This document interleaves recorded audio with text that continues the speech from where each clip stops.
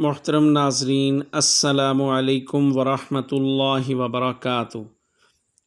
میں ہوں حکیم حافظ سید صلاح الدین اور آپ دیکھ رہے ہیں میرا یوٹیوب چینل سید ہربل کلینک۔ آج ہمارا موضوع مورنگا یعنی سوہانجنا کے طبی فوائد ہیں۔ اس کو مورنگا، سوہانجنا یا سواجنا بھی کہتے ہیں۔ اس کے علاوہ دنیا میں اس کو لائف ٹری یعنی زندگی کا پودا کہا جاتا ہے۔ اگر آپ اس کے خواص اور استعمال کے متعلق مکمل معلومات حاصل کرنا چاہتے ہیں تو اس ویڈیو کو آخر تک دیکھیں۔ ہم اس کے استعمال کے طریقوں سے بھی آپ کو آگاہ کریں گے۔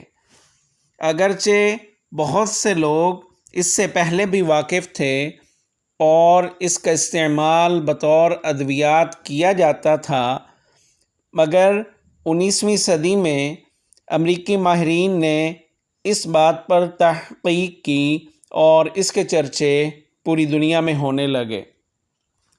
پھر 2008 میں پروفیسر ڈاکٹر شہزاد بصرہ صاحب، جو کہ زرعی یونیورسٹی فیصل آباد میں بطور پروفیسر خدمات سر انجام دے رہے تھے، انہوں نے یونیورسٹی آف کیلیفورنیا میں اپنے ڈاکٹریٹ کے مقالہ کے دوران مورنگا یعنی سوہانجنا پر تحقیق کی اور اس کے خواص کو بیان فرمایا۔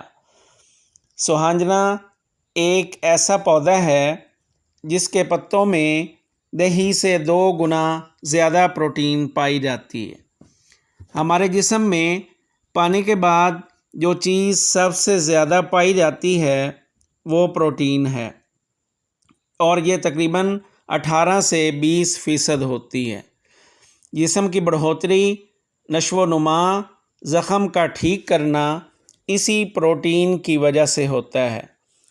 وہ لوگ جن میں شوگر کی بیماری کی وجہ سے زخم ہو جاتے ہیں، مورنگا سوہانجنا ان کے زخموں کو ٹھیک کرنے کے لیے نہایت مفید ہے۔ یہ بالوں کو لمبا کرنے اور ان میں چمک پیدا کرنے کے لیے بہت مفید ہے۔ اس میں پائی جانے والی پوٹاشیم کی مقدار کیلا سے 3 گنا زیادہ ہے۔ پوٹاشیم کی اہمیت کا اندازہ اس بات سے لگائیں کہ پوٹاشیم جسم میں موجود پٹھوں اور اعصاب کو ایک دوسرے کے ساتھ رابطے میں مدد دیتا ہے۔ اگر جسم میں پوٹاشیم کی کمی ہو جائے تو اس سے جسم میں دردیں اور کمزوری ہو جاتی ہے۔ اس کے علاوہ نظام ہضم کی کمزوری، پٹھوں میں درد، دل کی دھڑکن کا تیز اور بے ربط ہو جانا، سانس لینے میں دشواری، الٹی اور موشن وغیرہ بھی ہو سکتے ہیں۔ سوہانجنا میں کیلشیم کی مقدار دودھ سے 4 گنا زیادہ ہے۔ کیلشیم کی انسانی جسم میں بہت زیادہ اہمیت ہے۔ کیلشیم کی کمی انسان کو جلد بوڑھا کر دیتی ہے۔ ہڈیاں کمزور ہو جاتی ہیں، دانت ہلنے لگتے ہیں، ناخن کمزور ہو کر ٹوٹنے لگتے ہیں، بال روکھے اور بے جان ہو جاتے ہیں، ہڈیوں میں درد ہونے لگتا ہے۔ سوہانجنا میں آئرن کی مقدار پالک سے 9 گنا اور باداموں سے 3 گنا زیادہ پائی جاتی ہے۔ آئرن کی اہمیت کا اندازہ اس بات سے کریں کہ جسم میں ریڈ بلڈ سیل یعنی خون کے سرخ ذرات اور ہیموگلوبن کے بننے میں آئرن مدد دیتا ہے۔ ہیموگلوبن خون کو جمنے میں مدد دیتا ہے۔ اگر ہمارے جسم میں آئرن کی کمی ہو جائے تو جلد کی سرخی ختم ہو جاتی ہے اور رنگ پھیکا اور پیلا پڑ جاتا ہے، اور خون کی کمی واقع ہو جاتی ہے اور سانس چڑھنا شروع ہو جاتا ہے۔ اسی طرح سوہانجنا میں وٹامن سی کی مقدار سنگترے سے 7 گنا زیادہ پائی جاتی ہے۔ وٹامن سی ہمارے جسم کی صحت کے لیے نہایت اہم ہے۔ اس کی کمی سے مسوڑھے پھول جاتے ہیں اور ان میں سے خون بہنا شروع ہو جاتا ہے، بال ٹوٹنے لگ جاتے ہیں اور زخم جلدی ٹھیک نہیں ہوتے، ناخنوں کی ساخت بدل جاتی ہے، چہرے پر جھریاں پڑ جاتی ہیں اور جلد خشک ہو جاتی ہے اور جوڑوں میں درد ہوتا ہے۔ اگر وٹامن اے کی بات کریں تو سوہانجنا میں وٹامن اے گاجر سے 4 گنا زیادہ پایا جاتا ہے۔ وٹامن اے کی اہمیت کا اندازہ اس بات سے لگائیں کہ اس کی کمی سے آنکھیں اور نظر کمزور ہو جاتی ہے اور آنکھوں کے ڈیلوں پر داغ بن جاتے ہیں۔ اسی طرح آشوب چشم بھی وٹامن اے کی کمی سے ہوتا ہے۔ سوہانجنا کو ڈاکٹر آف ڈیزیز یعنی بیماریوں کا معالج بھی کہا جاتا ہے۔ امریکی سائنسدانوں کی تحقیق کے مطابق یہ 300 سے زیادہ بیماریوں کے لیے مفید ہے، جن میں ذیابیطس، دل کے امراض، بلند فشار خون، خون کی کمی، جوڑوں کے درد اور ڈپریشن وغیرہ شامل ہیں۔ سوہانجنا دودھ پلانے والی ماؤں کے لیے نہایت مفید ہے۔ وہ لوگ جو اعصابی اور دماغی کمزوری اور نسیان یعنی بھولنے کی بیماری کا شکار ہیں، سوہانجنا ان کے لیے نہایت مفید ہے۔ اسی طرح وہ لوگ جو دماغی کام کرتے ہیں جیسے طالب علم، پروفیسرز، انجینئرز، علماء وغیرہ، ان کو ذہنی طور پر تھکنے اور ٹینشن ہونے سے محفوظ رکھتا ہے۔ یہ بچوں میں خوراک کی کمی کی وجہ سے ہونے والی بیماریوں اور کمزوری کو رفع کرنے میں مدد کرتا ہے۔ یہ آنکھ، دل،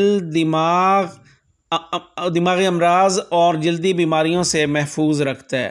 اسی طرح وہ لوگ جو ہڈیوں کی بیماری کا شکار ہیں، سوہانجنا ان کے لیے اکسیر کا درجہ رکھتا ہے۔ اسی طرح ہیپاٹائٹس اور الرجی سے بچانے کے لیے اس میں اینٹی الرجک اجزاء موجود ہوتے ہیں۔ یہ خواتین اور مردوں میں موجود بانجھ پن کی بیماری کو ختم کرنے میں مدد دیتا ہے اور مردوں میں ضعف باہ یعنی مردانہ کمزوری کو ختم کرتا ہے۔ یہ اینٹی بائیوٹک اثرات کا حامل ہوتا ہے اور جسم کو ہر قسم کی انفیکشن سے محفوظ رکھتا ہے اور جسم میں ہونے والی ہر قسم کی انفیکشن کو ختم کرنے میں مدد دیتا ہے۔ اب یہاں پر جو سب سے بڑا سوال پیدا ہوتا ہے وہ یہ ہے کہ سوہانجنا کا استعمال کیسے کیا جائے، ایک دن میں کتنی مقدار میں کیا جائے۔ تو یاد رکھیں، سوہانجنا کو مختلف طرح سے استعمال کیا جاتا ہے۔ اگر اس کے تازہ پتوں کو استعمال کیا جائے تو اس کی مقدار 20 گرام سے لے کر 80 گرام تک ہوتی ہے۔ اگر اس کے پتوں کو چھاؤں میں خشک کر کے سفوف بنا لیا جائے تو ایک دن میں 5 گرام سے لے کر 20 گرام تک سفوف پانی کے ساتھ استعمال کیا جائے گا۔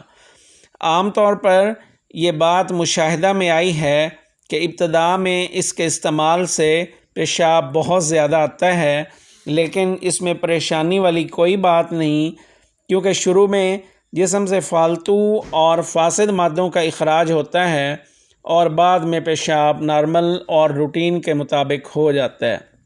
اس کے سفوف کو سالن میں ڈال کر بھی استعمال کیا جا سکتا ہے۔ اس کے علاوہ اس کو آٹا میں گوندھ کر روٹی بنا کر بھی استعمال کیا جا سکتا ہے۔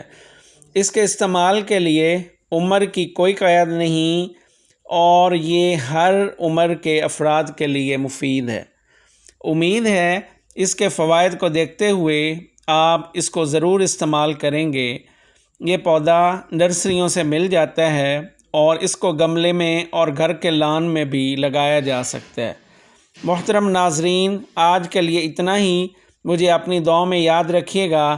انشاءاللہ تعالی پھر کسی نئے دن کسی نئے موضوع کے ساتھ آپ کی خدمت میں حاضر ہوں گے۔ تب تک کے لیے اجازت۔ اللہ حافظ۔ السلام علیکم ورحمۃ اللہ وبرکاتہ۔